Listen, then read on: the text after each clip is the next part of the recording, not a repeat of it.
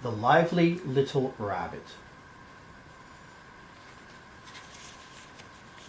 Way back in the woods lived a lively little rabbit. All day long he nibbled leaves and roots and played with his brothers and sisters.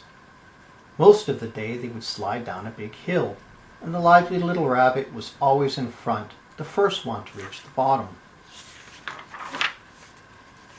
All the little rabbits would have had a wonderful time, except for the weasel who lived in a hole in the forest.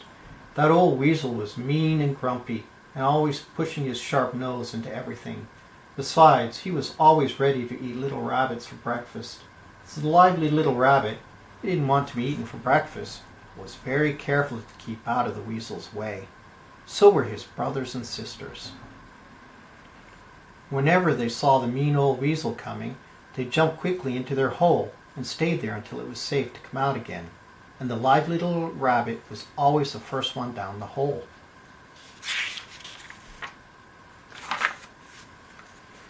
The weasel was a very cunning weasel too. One day, when the lively little rabbit was alone in his hole, the weasel wriggled down into it by the back door.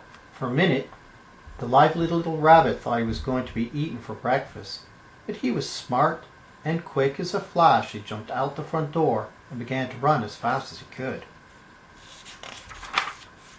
He ran and ran until he came to the end of the forest.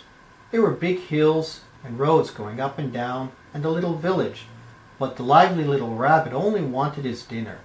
"Oh my," he said, "I am so hungry. I could eat 200,000 million big carrots right now." A red squirrel who lived with his family in a nearby tree heard this remark. In one glide and 2 jumps and 3 hops, he reached the garden and came back with a bunch of delicious carrots. "Oh, thank you, Red Squirrel," said the lively little rabbit, very pleased. "I love carrots. You are a friend indeed." After the rabbit had eaten all his carrots, he decided to spend the night with his new friend. At first he thought it was a funny idea to sleep way up in a tree, but the red squirrel pushed and shoved him until they were both settled, snug and peaceful, high up in the tree under the stars. The next day the lively little rabbit tried and tried to remember his way home, but he could not. So the red squirrel brought him to the wise old owl. As soon as it was dark, the owl spread his wings in search of the rabbit's home. In no time at all, the owl had found it, and he swooped down to tell the news to all the brothers and sisters. The little rabbits didn't have to wait long. "Here they come! Here they come!" they all cried at once. And sure enough, there came the owl, flying close to the ground to show the way to the lively little rabbit, who was hopping along just as fast as he could go.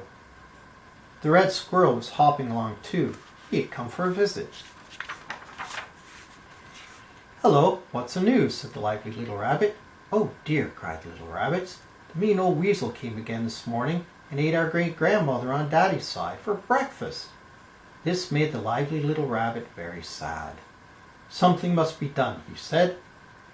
"What?" said the other little rabbits. "I think I know," said the wise squirrel. "We must give that weasel a terrible, terrible scare." And he told all the little rabbits his plan. It was a wonderful idea. They were going to build a make-believe dragon out of leaves and twigs. They would all crawl inside to make it go, and the lively little rabbit was to pretend to be the head. Early next morning they set to work. The wise squirrel fixed the lively little rabbit up to make him look very fierce indeed. Soon the dragon was ready. The squirrel and the rabbits looked at their work with pride. It was so very funny, especially when the owl, who was hidden inside with the rabbits, flapped his wings and shouted, "Woo! Woo!" What a wonderful dragon it was. Meanwhile, the mean old weasel was waking up for the day.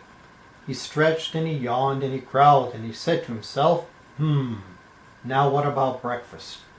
But just as the mean old weasel came to the top of the hill, up popped the make-believe dragon. He flapped his wings and wiggled his tail and shouted in a very loud voice, "Woo! Woo! Woo!" The weasel was terribly frightened.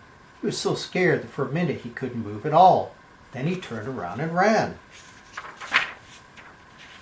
He ran away so fast that he would still be running if he had not stumbled on a rock. But he did, and he rolled to the bottom of the hill. There he picked himself up and began to run away again. All day long, way back in the woods, the lively little rabbit danced with his brothers and sisters, and their friend, the wise red squirrel. Everyone was very happy. The sleepy owl asked to be excused and went to bed. The very next day, the mean old weasel, who was still full of bumps and bruises, moved far away from the woods. Never again has he ever tried to eat a lively little rabbit for breakfast.